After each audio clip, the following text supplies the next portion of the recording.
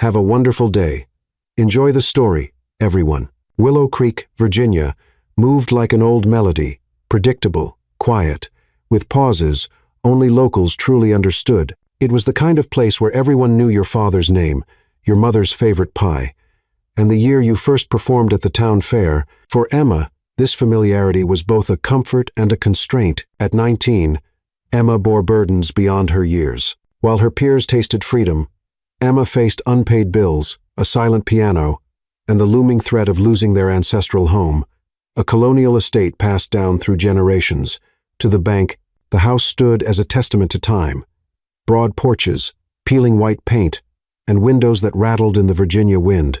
But to Emma, it was sacred. Every creaking floorboard whispered tales of her childhood, of early morning music lessons, and her father's laughter before everything changed. Her father, Henry, once owned a quaint furniture workshop on Main Street. He crafted wooden chairs with hands weathered by time and meticulous care. His work was said to have soul, but that soul had eroded with rising taxes, competition from cheap imports, and a heart attack that left him frail. Now, he spent his days in silence, surrounded by dust-covered tools that seemed frozen in time. Emma's mother, Clara, worked long shifts as a receptionist at Willow Creek Medical Clinic, lines deepening beneath her eyes with each passing week. "We'll get through this," she always reassured, her voice worn but resolute. Yet Emma knew the harsh reality of their financial situation, and it weighed heavily on her. Amidst it all stood Emma, bright, fragile, and extraordinarily talented.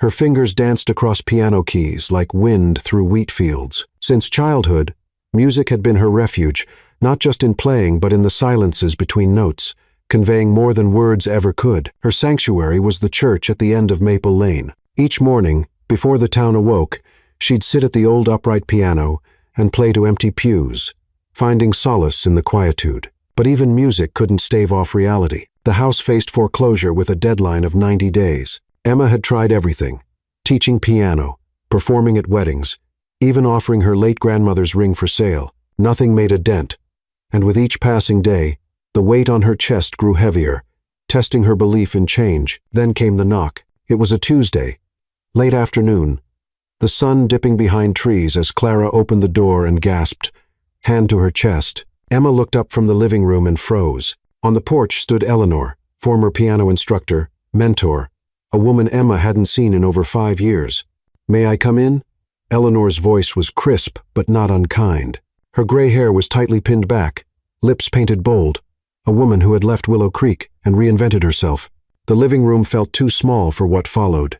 Eleanor declined the tea Clara offered, sitting upright with her leather bag on her lap, a secret waiting to be revealed. "I've come with a proposal," she began, eyes fixed on Emma. "It may seem unconventional, but it could save your home and give you the future you deserve." Emma blinked. "What kind of proposal?" Eleanor leaned forward. "There's a man in New York, James Carver. He's a respected figure in the music industry. Brilliant, powerful. But lately, his reputation has suffered a public divorce, rumors, scandals. His board seeks stability, a new image." "And what does this have to do with me?" Emma asked, heart racing. "He needs a wife," Eleanor explained. "Not a lover, not a conventional partner.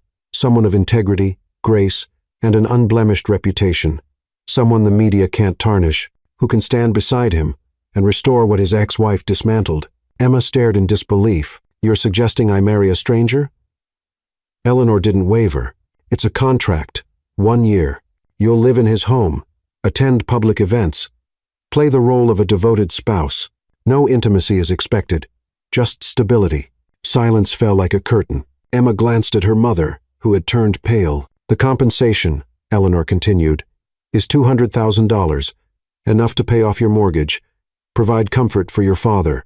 She paused for emphasis. "James will fund your debut album, complete artistic freedom, studio time, musicians, distribution." Part of Emma wanted to laugh, another part to cry. The idea was absurd, transactional, cold. Yet beneath it all, a door creaked open in her mind. A possibility. A way out. Clara rose abruptly. "This is indecent. Emma isn't for sale. I never said she was." Eleanor said gently. "But she's not just a girl anymore.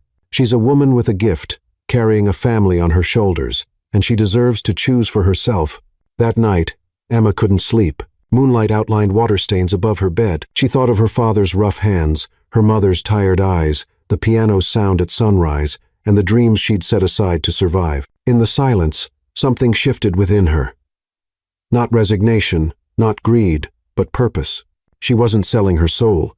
She was buying a chance for them, for herself.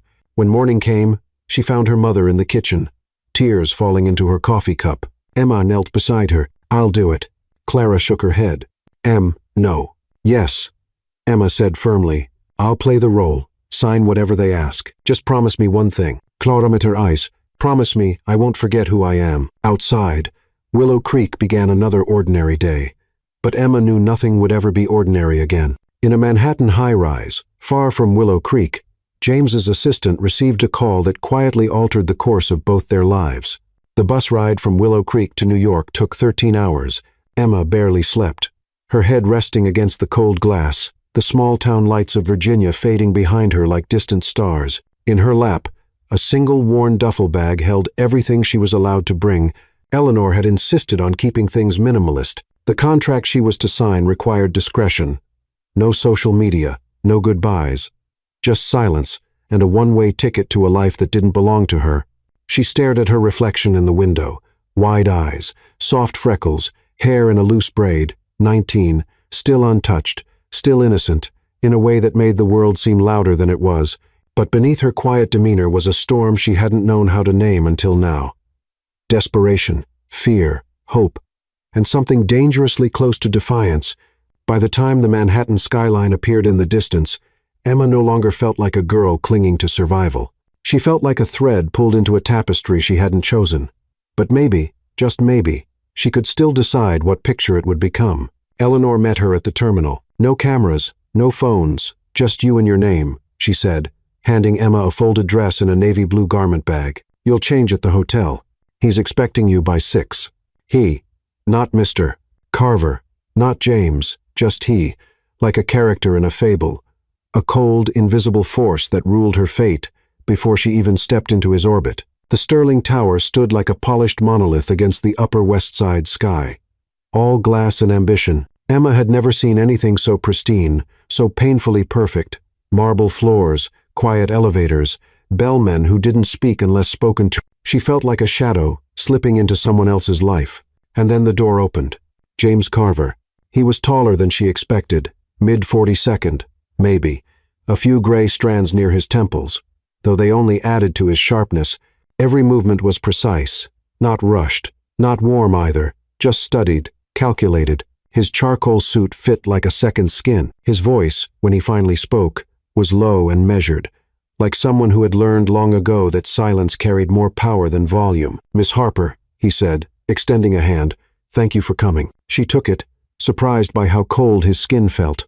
Not cold like ice, cold like steel. "I assume Eleanor explained the arrangement."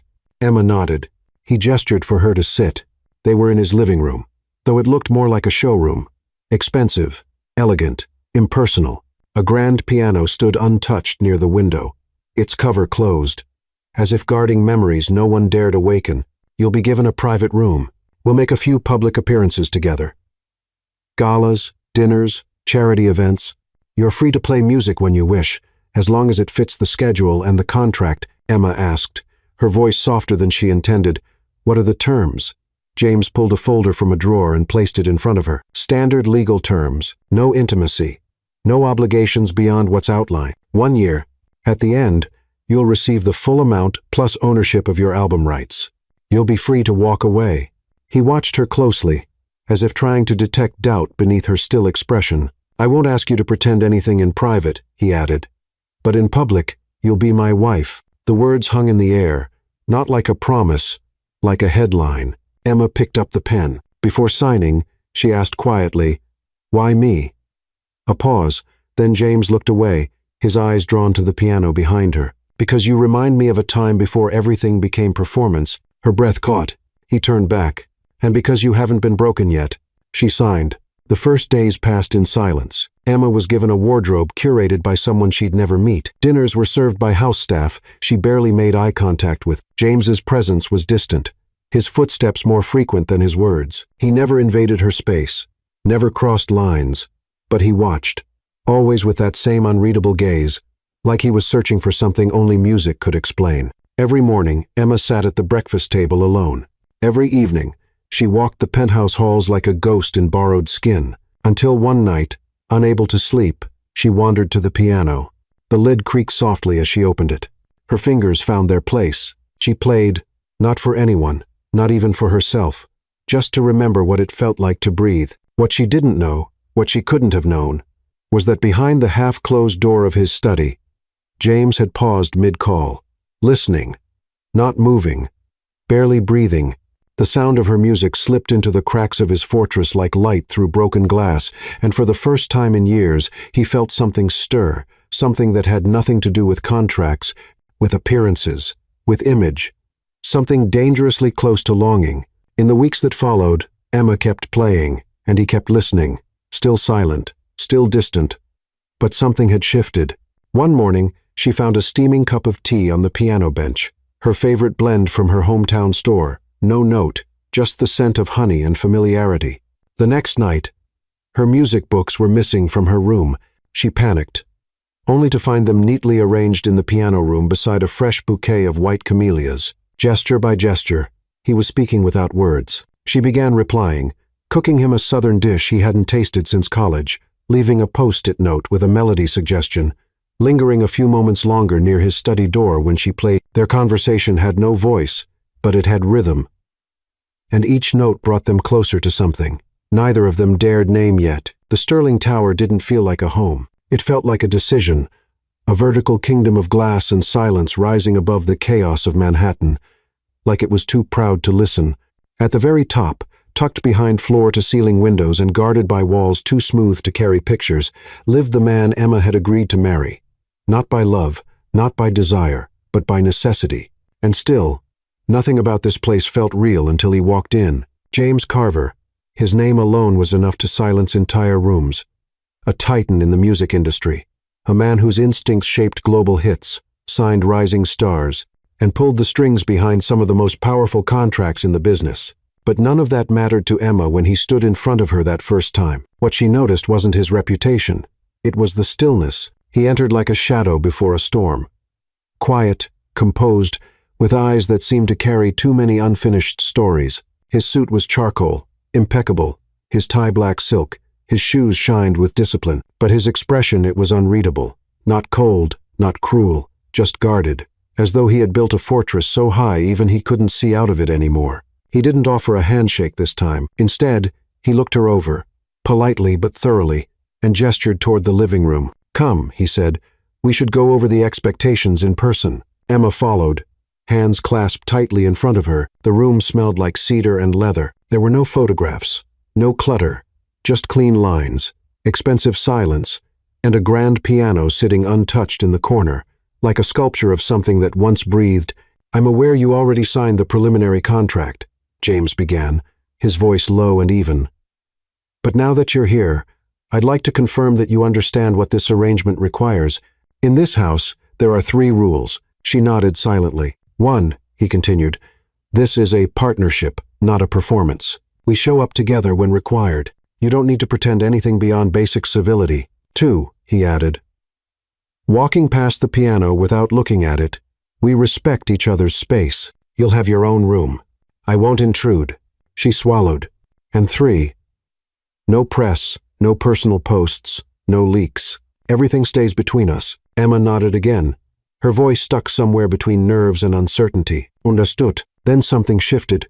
His gaze softened, just slightly. "You're younger than I expected," he said, almost like a confession, "but Eleanor speaks highly of you." She offered a small smile. "And you're colder than I expected." He blinked, just once. Then, to her surprise, he laughed. It was brief, a small, dry chuckle that barely touched his lips. But it was real, and in that moment, Emma saw it. The man behind the mask. Not the executive, not the strategist, but someone tired, human. He sat across from her.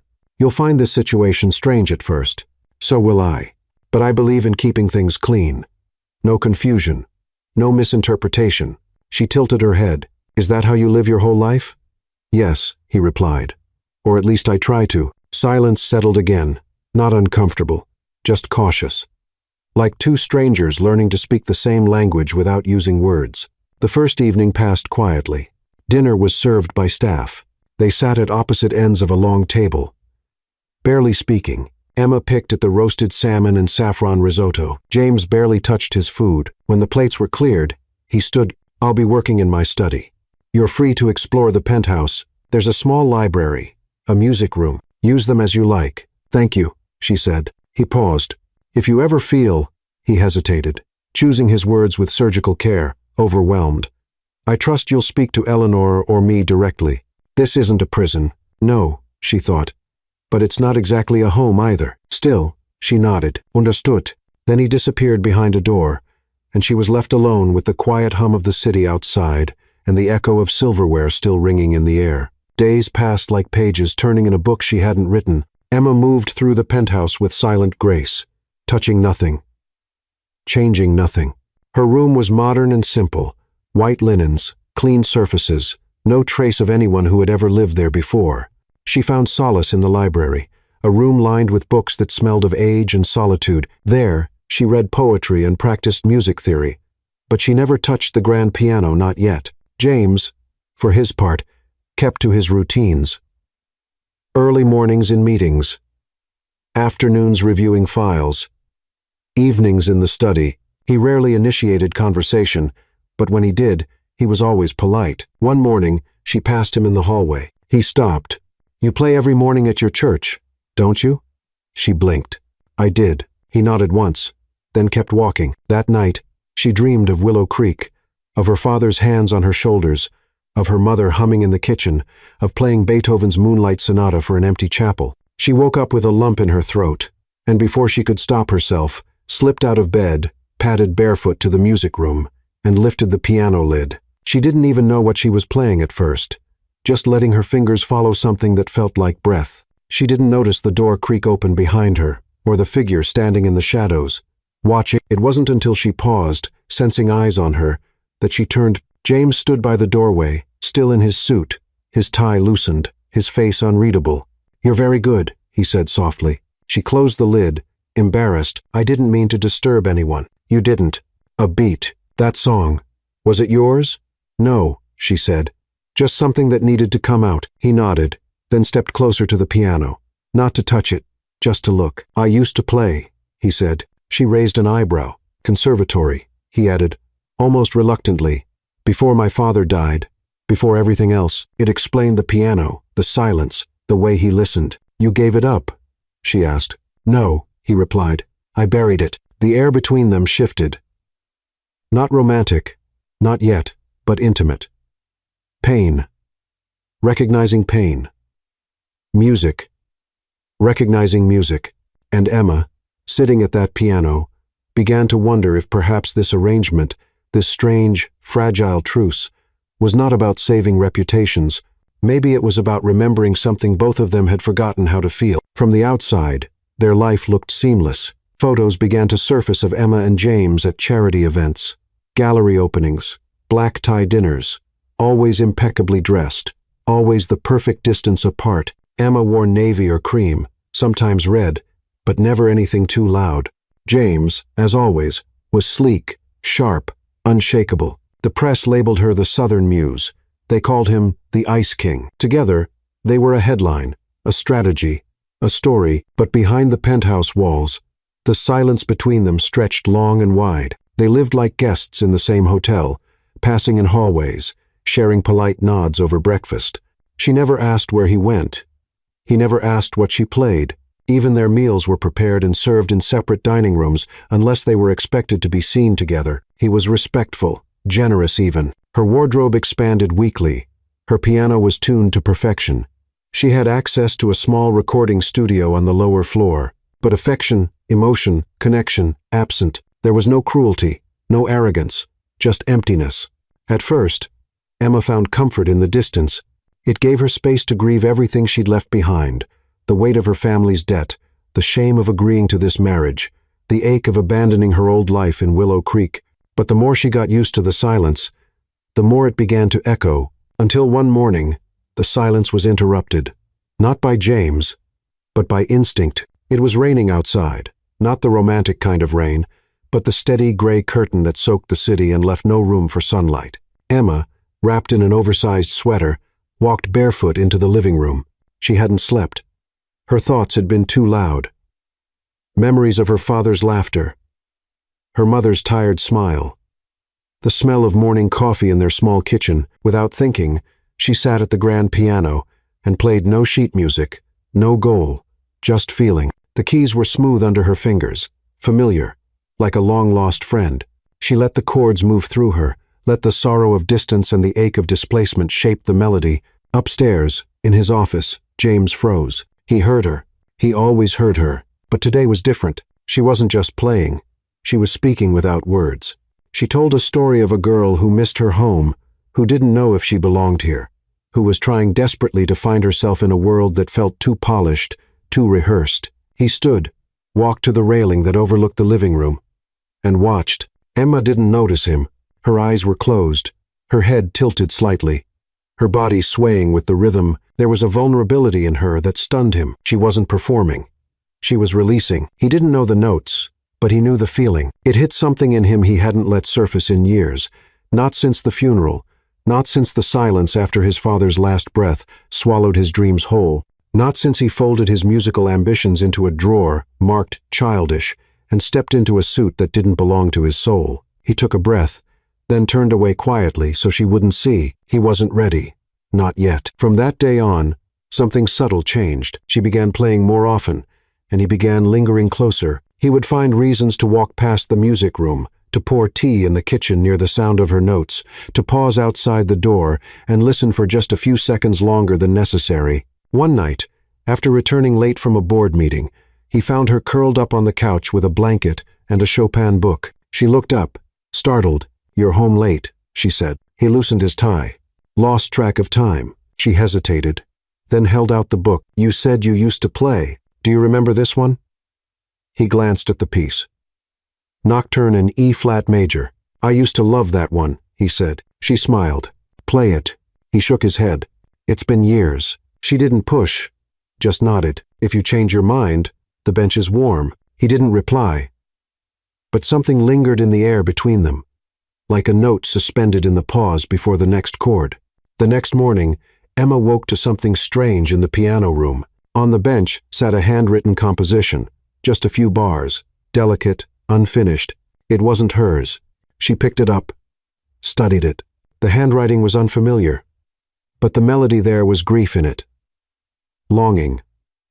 Hope that didn't know how to name itself. She played it softly, filling in the gaps, then left it on the bench again, adding 3 more lines. That night, the paper had moved, and another section had been added. A new ritual was born. He never said it was him. She never said it was her, but they both knew they were writing something together, not just music, something fragile, something healing. Then came the morning. She found her favorite Southern biscuits on the table, fresh and still warm. No note, no explanation. She smiled. That night, she left a recording of one of his favorite classical pieces playing softly from the sound system in the library. He didn't comment, but he lingered. The boundaries between them were shifting, not with grand gestures, but with stolen glances and quiet offerings. One evening, as she played near the balcony, she caught his reflection in the glass, watching her from across the room. Their eyes met. He didn't look away, neither did she. And though neither of them spoke, something passed between them that felt louder than words. Something unspoken, unresolved, unavoidable. The first real conversation they ever had didn't start with words. It started with a note, just one. A low, aching A, held a second longer than it should have been, then a minor third, layered gently over a shifting chord. Emma wasn't thinking when she played it. Her fingers moved as if something in her had remembered a melody, not hers, but buried deep in someone else's soul. The apartment was quiet. James was gone for the day, or so she thought. She sat alone at the grand piano as the rain painted the windows, her fingers improvising in the quiet, like she always did when emotion built up with nowhere to go. But this time, it was different. The melody came with weight, with shape, with a pulse. It was beautiful in the way forgotten things often are. Fragile, uneven, full of ghosts. She didn't know how long she played, but when she stopped, she heard it. A breath. Not hers. She turned and saw him. James was standing in the doorway, still silent, still in his coat, his scarf damp, his shoes still wet. But something in his eyes wasn't weather. It was memory. Sharp. Unwelcome. Vulnerable. That melody, he said quietly. Where did you hear it? She blinked. I didn't.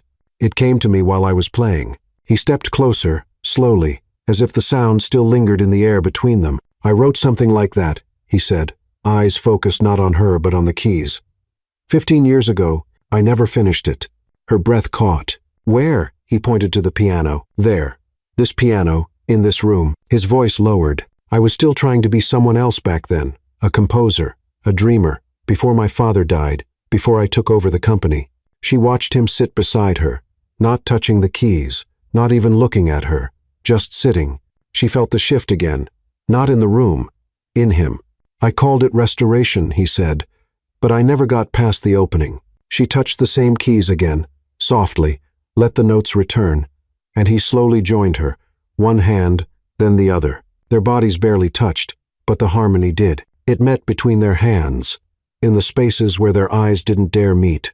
They built it together, note by note, pain by pain. He added a sequence she never would have thought of, dissonant, jarring, and she answered it with something gentle, like an apology to the chord he didn't know how to soften. No words were spoken, but something was said, something real.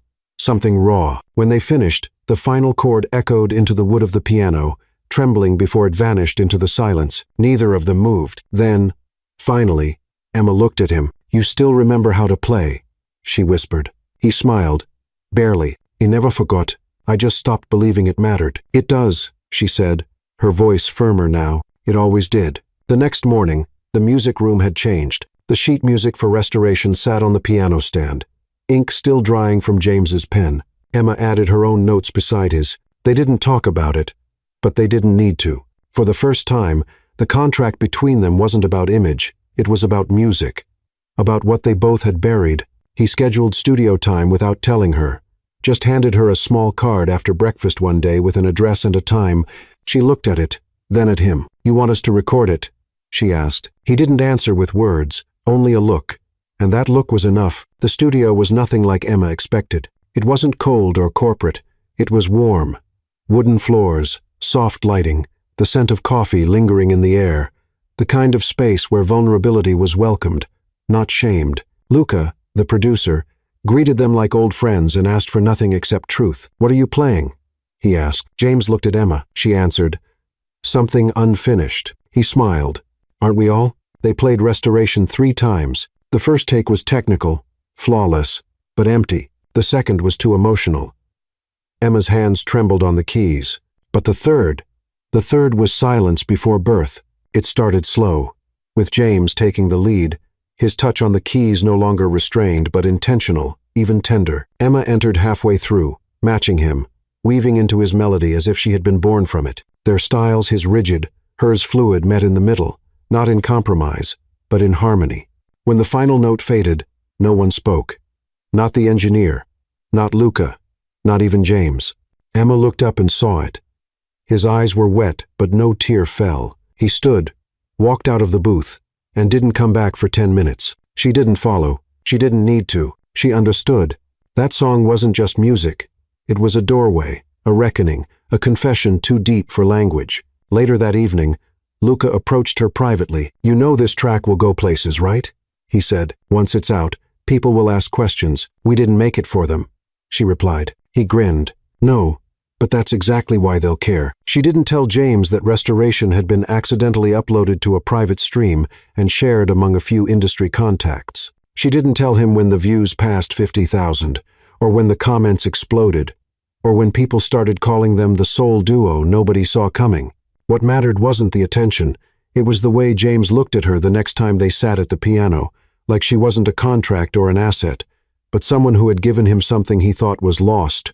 And though neither of them said it aloud, the silence between them had changed. It wasn't cold anymore. It was charged, alive, and quietly waiting for something. Neither of them dared name yet. When Emma stepped into the studio again, the air already felt different, thicker somehow, charged with something she couldn't quite name. Anticipation, maybe, or the quiet thrill of walking into a room where something real had happened once and might happen again. This time, there were more people, more eyes, more attention. Luca greeted them with a wide smile and a quiet nod, as if trying not to spook the delicate magic that had been born between them. "The buzz is growing," he whispered to Emma as she set her things down. "People are asking if you're releasing more." She blinked. "We haven't even talked about that." "Then maybe it's time." The recording of Restoration had gone viral. Neither Emma nor James had planned it. It had been meant as a private creation, a way to reclaim the part of themselves they had both abandoned, but now it was out there. On playlists, in editorials, even whispered about in high-level music meetings. A young woman with haunting beauty and a forgotten billionaire who once trained as a classical pianist, suddenly re-emerging together. The media loved it. But Emma wasn't sure if James did. Not yet. He hadn't said a word about the attention. Not when her name began trending online. Not when Luca showed them the streaming numbers. Not even when the label offered to sponsor a full-length album on the spot. Instead, he just sat at the piano beside her, opened a new sheet of music, and said quietly, "Let's start again." Their process was unlike anything Emma had known. James worked with a precision that was almost unnerving. He heard flaws most ears would miss, rearranged chord progressions with surgical confidence, and rarely praised, but he didn't need to. The way he played beside her was the compliment. She, on the other hand, brought feeling. She would hum melodies mid-take, stop suddenly to rewrite a line, or change tempo based on nothing but instinct. And while it drove the sound engineer half crazy, James never stopped her. In fact, he adjusted, he learned her rhythm, and she learned his. They weren't just recording an album. They were building something between them, with no words and no rules. Only emotion. One track, titled Shadows, came from a moment they shared late at night, watching the rain from opposite ends of the living room. Emma had stood by the glass, silhouetted by the city lights, her profile calm and unreadable. James had watched in silence, not knowing she'd seen his reflection behind her. The next day, she brought the idea in. He added the bridge. It was, Luca would later say, like listening to two people fall in love in real time. But Emma didn't dare call it that. Not yet, because James never crossed the line. Even as their fingers brushed on the keys, even when he lingered a moment longer beside her in the studio, even when his eyes softened just before he looked away, he was still the man who lived behind walls. But now, those walls had cracks, and something warm had begun to seep through. Then came the day the label sent a team to document the process. Photos, interviews, behind-the-scenes footage. It was supposed to be standard, but nothing about what Emma and James shared felt standard. She watched him stiffen as the cameras arrived, saw his posture become more formal, his jaw tighten as the questions turned from music to personal. "So, James," one of the interviewers asked casually, "is it true this marriage started as a publicity move?" Emma froze. James paused, then smiled without warmth. "We agreed to help each other, and yet," the interviewer pushed, "the chemistry between you is undeniable. Are you saying it's still just business?" There was a silence. Too long. Too charged. James looked at Emma, then, not the interviewer. His expression softened, just enough for the camera to catch it. "I'm saying," he replied carefully, "that what we're building now can't be measured by contracts." Emma held his gaze. The room, the crew, the questions, everything else faded. And in that moment, something shifted again. Not a declaration, not yet, but something closer to truth than they had ever dared admit. By the end of that week, they had recorded 6 original tracks. Their album was no longer a concept. It was a heartbeat. And the world wanted it. The story of Restoration had opened a door, and now everyone wanted to step inside. Critics called them unexpectedly electric. Music blogs praised Emma's purity and James's ghost-like precision. Former colleagues of his began reaching out, some congratulating, others warning, because fame came with weight. And theirs was suddenly real. One evening, after a long session, Emma returned to the penthouse to find James in the library. He wasn't reading. He was playing, quietly, alone, not rehearsing, just playing. She stood at the door for a while, letting the sound settle into her, then stepped inside. "Is that new?" she asked softly. He didn't look up.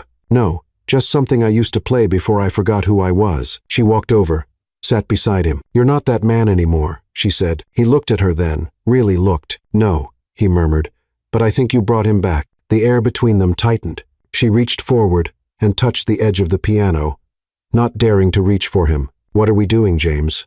A long pause then. Something that scares me. She didn't answer. She didn't need to, because the silence said enough. It always did. The next morning, Emma awoke to news she didn't expect. Restoration had been nominated for a prestigious international award, not as a debut, not as a gimmick, but as a pure, transformative composition. James brought the article to her over breakfast, folded, quiet, his eyes unreadable. I don't want the attention, he said. I know, she replied, but I think the world needed to hear it. He nodded slowly. Then maybe we keep going, finish this album together, properly. She studied him, and saw it, behind the composure. Fear, hope, longing, all colliding in one quiet sentence. She reached across the table, gently touching his hand. No contracts, she whispered. No walls, he agreed. And just like that, the pact they had signed months ago began to dissolve, not in ink, but in feeling, because the music they had created together wasn't a project anymore. It was a beginning. It was supposed to be a night of celebration. The Lincoln Center gleamed under golden lights, its marble steps filled with music patrons, fashion icons, and a sea of photographers shouting names Emma didn't recognize, but who all seemed to know hers.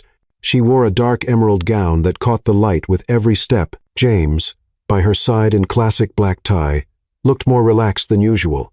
The rumors swirling around them had turned from suspicion to fascination, no longer contractual, no longer curious. They were now the couple everyone wanted to believe in. They had just finished performing a stripped-down version of Restoration in a private pre-gala set. It had been intimate, raw, and haunting. People stood. People cried. Emma's hands had trembled after the last note, but not from fear, from knowing that what she shared with James was real, until she appeared. Vanessa Blake, ex-wife of James Carver. She came into the room like smoke, graceful, unapologetic, and designed to be seen. A vision in deep crimson, her dark hair pulled into a tight chignon, her gaze sweeping the crowd like a queen returning to claim her court. And when her eyes landed on James, she smiled. Not kindly, not warmly, but knowingly. Emma felt it instantly, the shift in him, the way his jaw clenched, how his posture straightened by instinct, like a soldier seeing an old battlefield. She touched his arm. He didn't flinch, but he didn't look at her either. Emma Harper, Vanessa said, gliding toward them, her voice like velvet lined with ice. The girl with the golden fingers. Emma extended her hand. Miss Blake. Oh, please, Vanessa said, brushing her fingers past Emma's lightly. No need for formality. After all, we've both played the same part, haven't we? Emma blinked. Excuse me. James stepped in then, voice calm but laced with steel. Vanessa, this isn't the time. She tilted her head. Why? I'm just welcoming your new wife, the new prodigy. The next chapter of your curated restoration arc. Emma's stomach tightened. The room didn't seem to notice the tension, but it crackled between the three of them like static. Vanessa leaned in, just enough for Emma to hear what came next. Let me guess, she whispered. You were struggling, desperate, talented, but invisible, and then James offered you a partnership. No expectations, just a contract and a spotlight. Emma didn't answer, because she didn't have to. Vanessa smiled. It's his pattern. I was the first, but not the last. James stepped forward.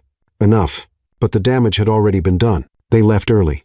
In the car, the silence between them was unbearable. Emma stared out the window, her reflection fractured by the blur of city lights. Her chest ached.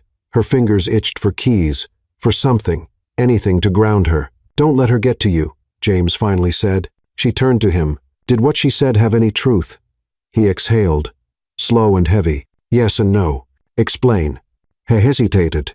I met Vanessa during the lowest point in my life, he said. She was young, brilliant, in debt. I offered help, sponsorship, support. It wasn't supposed to become anything romantic, but it did. Emma looked at him, sharp and quiet. And the contract? He didn't answer immediately. Yes, he said. It started as a contract. Just like this. The air drained from her lungs. I didn't plan it that way with you, he added quickly. Not exactly. Eleanor came to me. She said you were different. And now, she cut him off. Voice breaking. Am I still different? Or just another project? His voice softened. Emma, what we've built, what we're building, isn't like that. You know that. But do I, she asked, because she stood there and described my life like a chapter from your past. He didn't speak, and his silence said too much. She turned away, swallowing the rising burn in her throat. I need space, she whispered. Emma, don't. But she was already gone. She didn't go back to Willow Creek. She didn't go to a hotel either. She went to a small artist's loft Luca had once offered her for solo practice sessions. Quiet, minimal, hidden above a bookstore on the edge of Brooklyn. The moment she closed the door behind her, the tears came. It wasn't just Vanessa's words. It was the ache of uncertainty, the question that had haunted her since day one. Was any of this real? The dinners, the piano, the album, the look in his eyes after their last performance, had he ever seen her, or just the reflection of a mistake he wanted to rewrite? She stayed there for 3 days, didn't call, didn't answer, didn't play, until the silence became too loud. She sat down at the upright piano against the far wall and let her fingers move. She didn't play Restoration. She played something new, something filled with confusion, with betrayal, with longing, and at the center of it all, love. Not the easy kind, not the fairy tale kind, but the kind that asks you to stay even after your trust has been shattered. On the 4th day, there was a knock.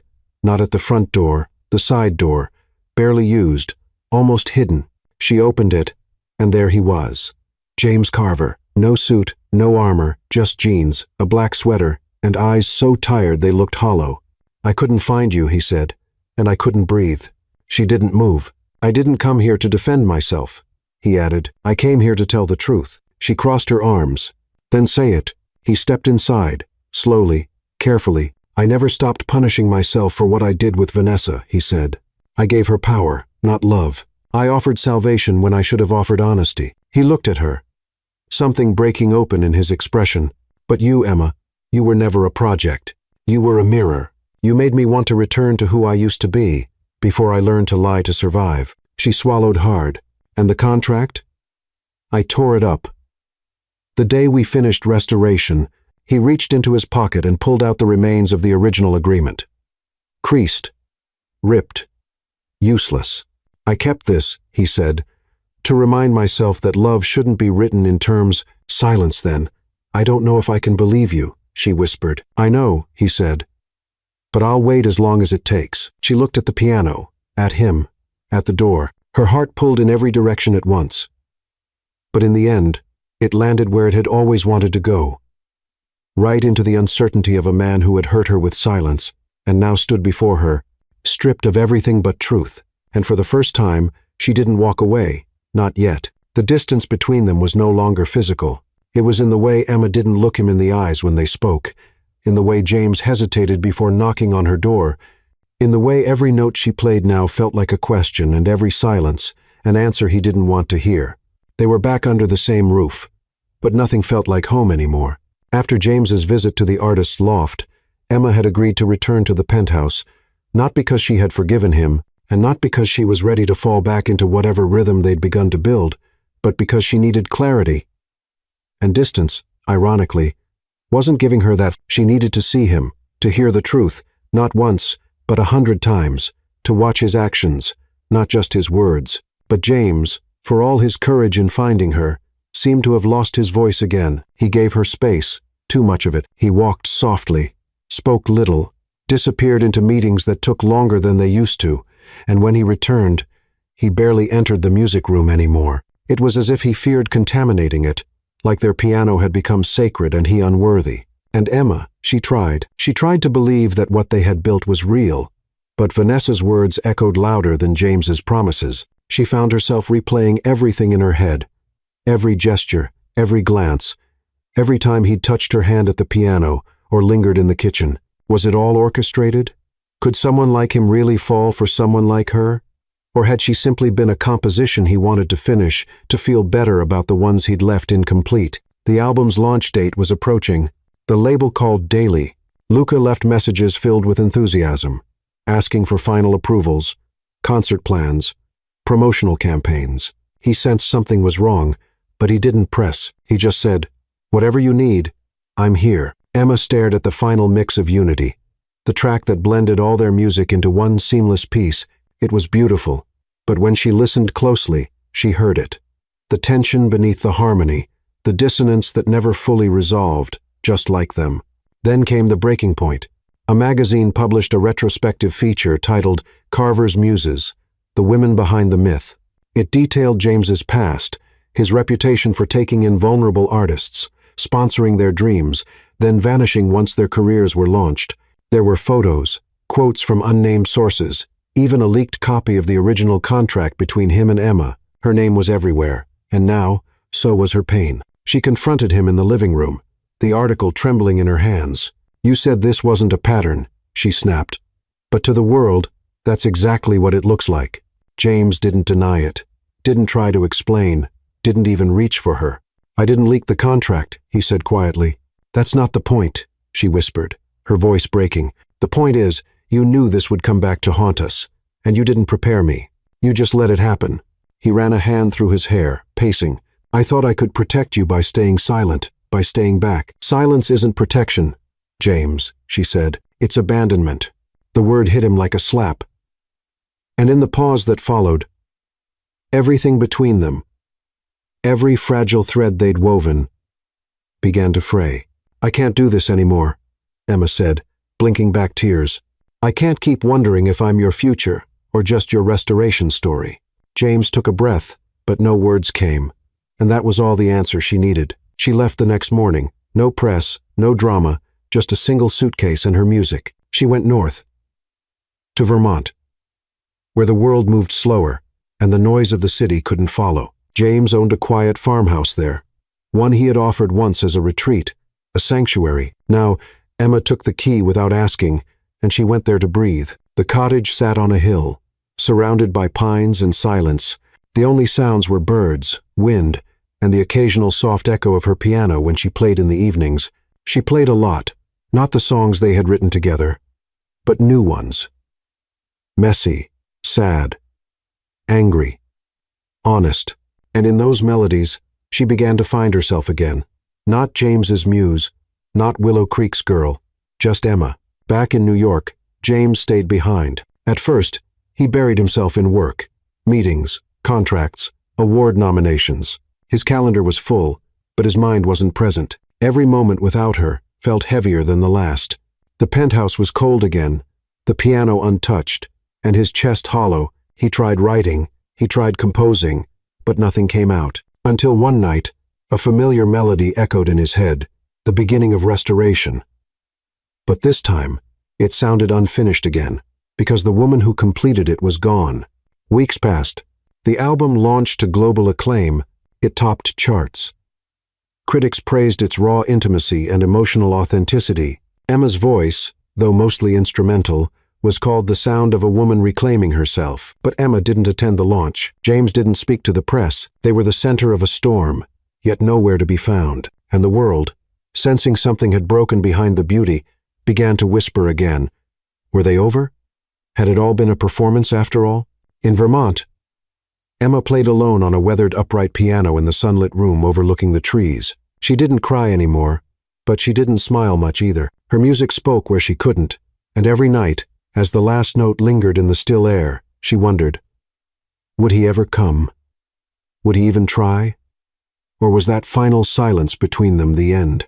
The farmhouse in Vermont wasn't big. It creaked when the wind hit the windows, smelled of old wood and lavender oil, and had a kitchen that seemed to invite slow mornings and quiet thoughts. For Emma, it felt like breathing for the first time after holding it in too long. There were no paparazzi here, no press releases, no reminders of who she had been asked to become, only silence. And for the first time in weeks, she wasn't afraid of it. She'd been in the house for 21 days, waking at sunrise, playing at sunset, writing music that didn't have to prove anything to anyone. She sat at the upright piano in the sunroom and let her fingers say what her voice refused to. The trees outside would sway gently as she played, and sometimes she imagined that the wind was listening, not judging, just listening. Sometimes that was enough, but sometimes it wasn't. Then one morning, there was a sound she hadn't heard since she arrived. Tires on gravel, a door closing, footsteps not urgent, not hesitant, just steady. Her heart stopped. She looked through the kitchen window. James. She stood frozen, her hands damp, a tea towel clutched between her fingers. He was wearing a navy coat, the same one she'd last seen him in, but his face was different, more tired, more open. He knocked once, then waited. She didn't move, so he called gently through the door. "Emma." "I didn't come for closure." She opened it, not because she was ready, but because something in his voice didn't sound like a man trying to fix the past. It sounded like a man finally brave enough to tell the truth. He stepped inside but didn't move closer. "I didn't call because I knew you needed space," he said, his eyes searching hers. "But I've been writing for you, not for the world, not for restoration. For you." She said nothing, but she didn't look away. "I couldn't finish it," he continued. "Not until I came here." Then he reached into the pocket of his coat and pulled out a folded piece of sheet music. He placed it on the piano bench, turned, and walked to the door. "I'll leave now," he said. "But if you ever want to hear what it sounds like."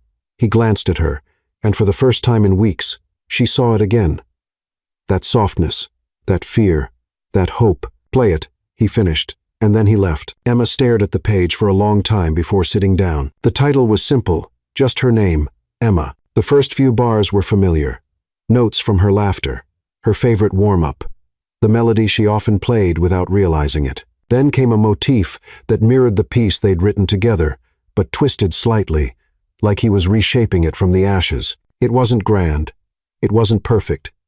It was personal. She began to play, slowly, tentatively. Her hands trembled halfway through, not because of the notes, but because of what they meant. Each section was a memory. The way she laughed in the kitchen that night he burned the toast.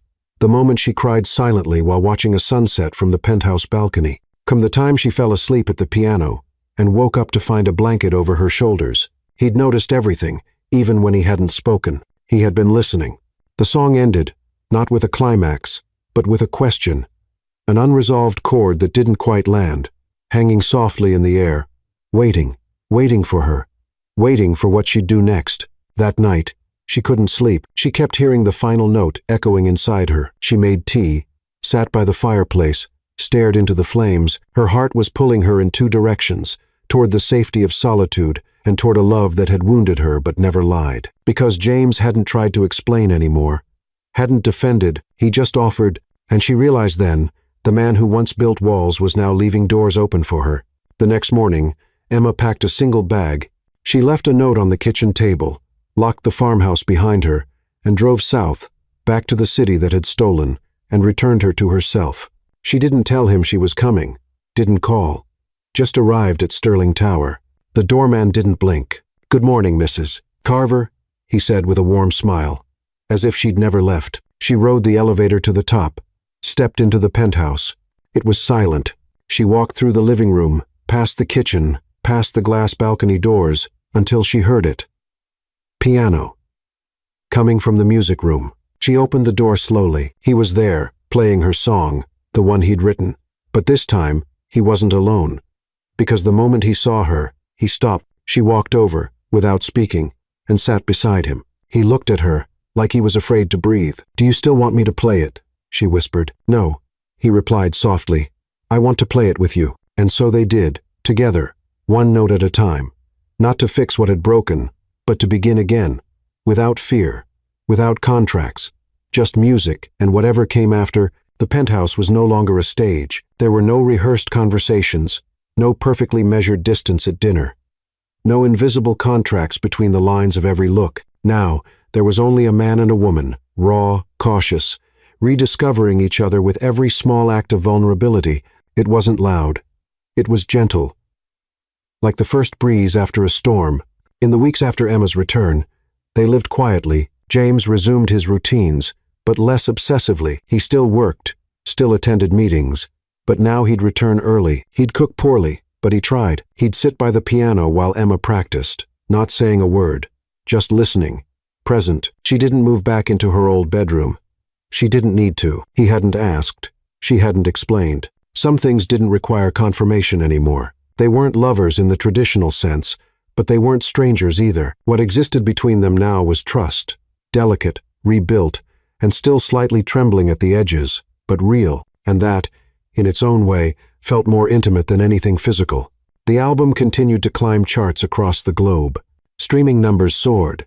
The title track, Unity, was featured in films, commercials, wedding videos, and international playlists. It became the sound of something new, of rediscovery, of soft rebellion, of falling not into fantasy, but into truth. The label reached out with an offer neither of them expected.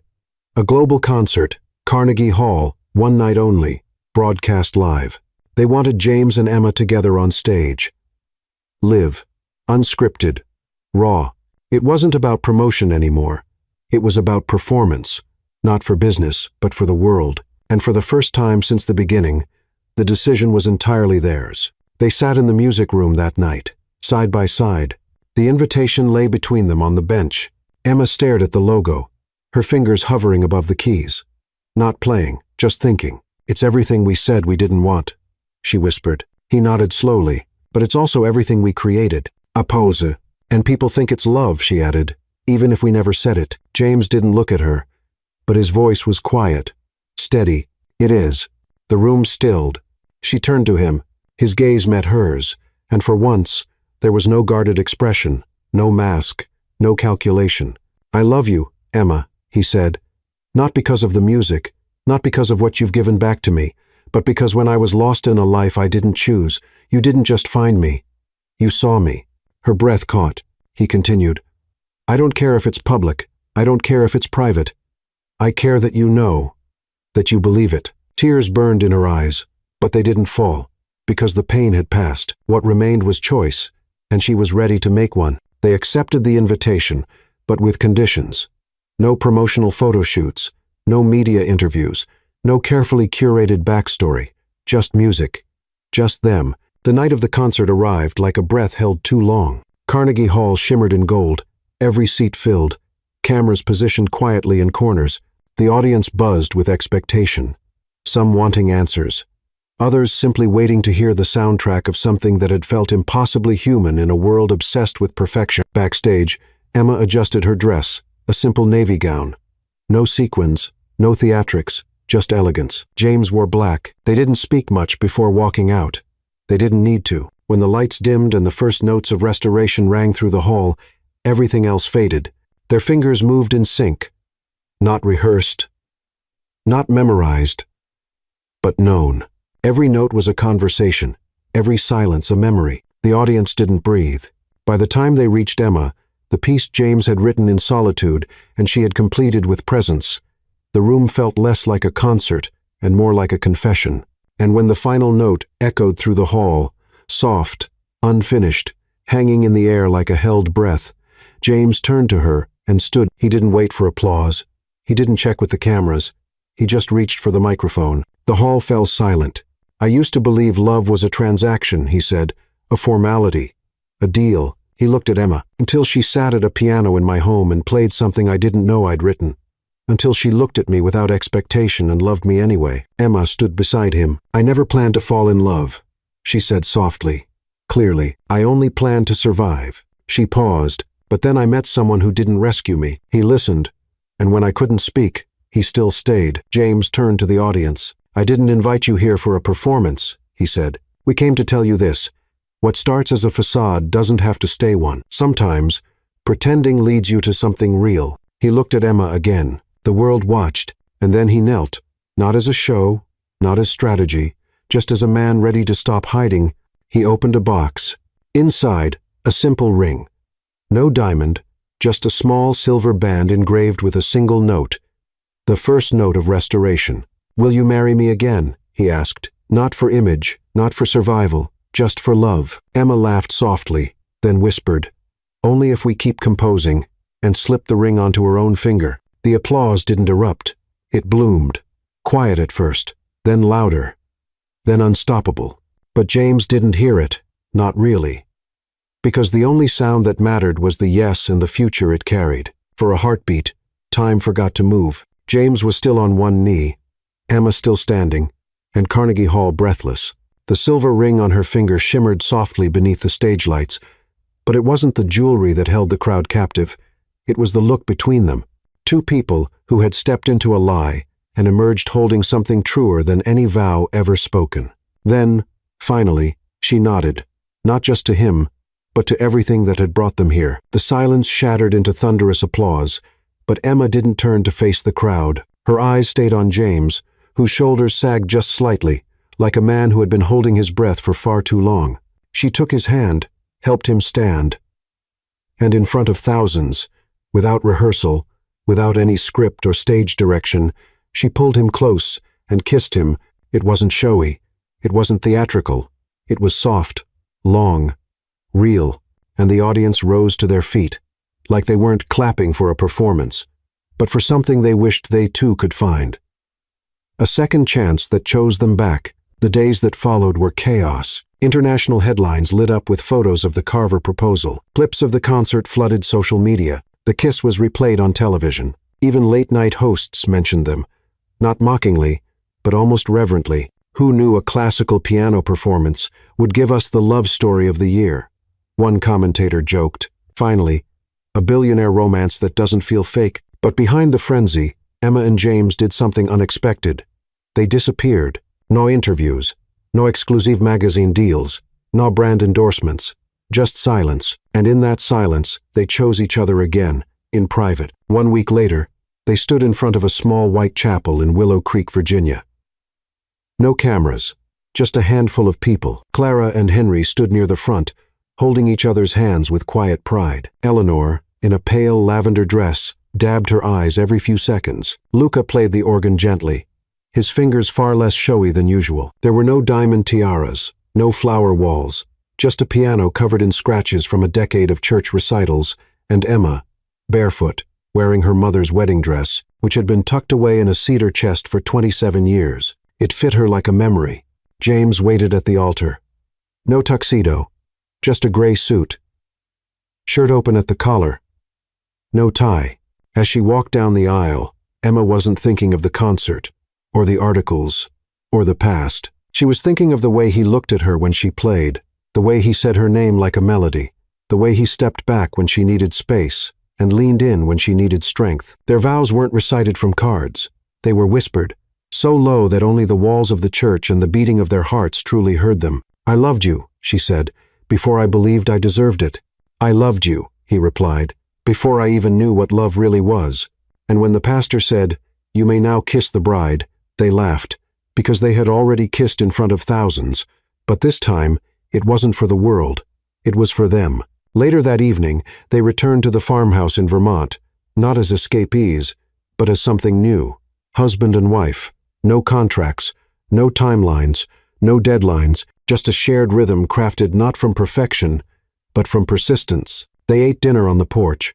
Soup and biscuits, candlelight, stars overhead. The air smelled of pine and early autumn, and just before the sun disappeared, Emma rose. She walked to the old upright piano inside the sunroom, where the window framed the last light of the day. James followed. He didn't ask. He didn't sit.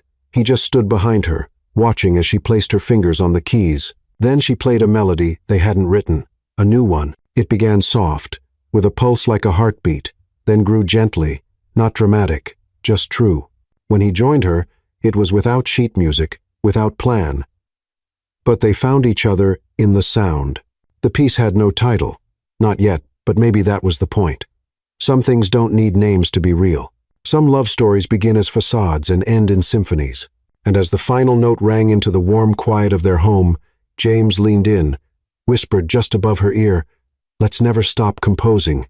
It wasn't the beginning they imagined. No penthouse views, no red carpets, no stage lights, just 2 mugs of coffee, a front porch, the hum of morning birdsong, and the soft tapping of piano keys drifting from inside their farmhouse. It was quiet, but it was real. And after everything they'd survived, quiet was a miracle. Emma and James settled into their new life in Vermont, like 2 people learning how to breathe again, together. They didn't rush. There was no pressure to turn their story into a brand, no urgency to prove that their love had lasted past the applause. They simply lived, and in that gentle rhythm of living, they began creating something even greater than music. They began creating legacy. The first seed was planted on a chilly morning in November. Literally, Emma stood in the small barn out back, running her hands over dusty old benches left by previous owners. She turned to James, who had come in holding 2 cups of tea, and an idea too big to say out loud all at once. "What if we turn this into a music school?" he asked. She blinked. "Here? Why not?" He shrugged. "We don't need a label, or charts, or tour dates. We just need a piano and students." She stared at the space again, all that old wood, all that potential, and she smiled. 6 months later, the Carver School of Music and Healing opened its doors. They didn't advertise it, they just opened. And word spread quietly but quickly. Students came from everywhere. A girl from rural Maine who'd never touched a real piano, a young man from Atlanta who played by ear because no one had ever taught him to read music, a widow who hadn't sung since her husband's funeral 10 years ago, a 1-2-year-old with autism who communicated best through cello vibrations. They didn't just come to learn, they came to feel, to reclaim something they'd lost. Just like Emma once had, just like James still did every single time he touched the keys. And it wasn't just music they gave away, it was freedom. No tuition, no audition tapes, no prerequisites, only one question on the application: what does music mean to you? The answers, more honest than any curriculum could have planned. "It's the only time I don't feel broken.